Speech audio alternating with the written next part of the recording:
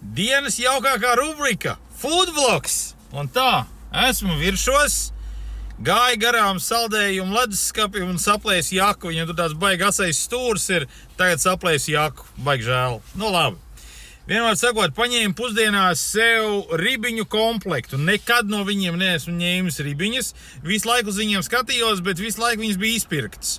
Un tā, kad viņas droši vien, kad bija, tad es negribēju. Nu, vienmēr sakot, tagad sagāju visu kopā. Ribiņas ir un man gribās ēst. Ko mēs redzam? Te ir kaut kāda mērcīte ielikt iekšā. Apakšā ir kartupelīši, tomātiņš sagriezts, viss kaut kas tāds. Attaisīsim vaļā, pagaršosim, kas tā pa mērcīte ir. Vai paldies Dievam, ka vāciņš atnāca baigi normāli vaļā, jo savādāk citreiz tie vāciņi ir tādi, ka tur pus mērci uzreiz izlīst ārā. Mērcītē.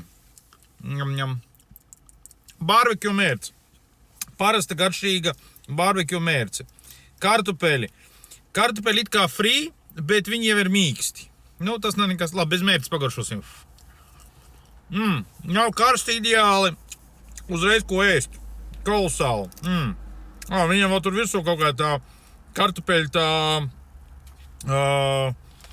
garšvieliņu uzbērt virsū. Garšīgi, ne, kartupeļi ir bombis garšīgi. Ar mērcīti kopā. Ļoti labi. Pašas ribiņas. Nu, godīgi sakot, smaržo ne ļoti apitelīgi. Nu tā. Ribiņas pašas ļoti mīkstas, no kaula nonāk nost ļoti labi. Rekur noņēma nost šito te. Pagaršosim no sākuma bez mērces.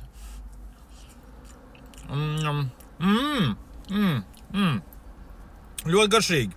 Līdzīgas tā kā Lidlā.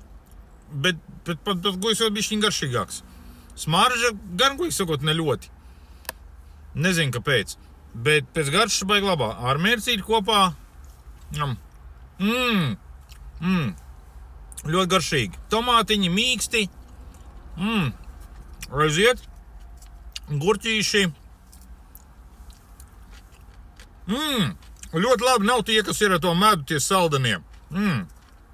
Tagad es saprotu, kāpēc šitas visu laiku ir izpirkts. Viņš ir reāli labs.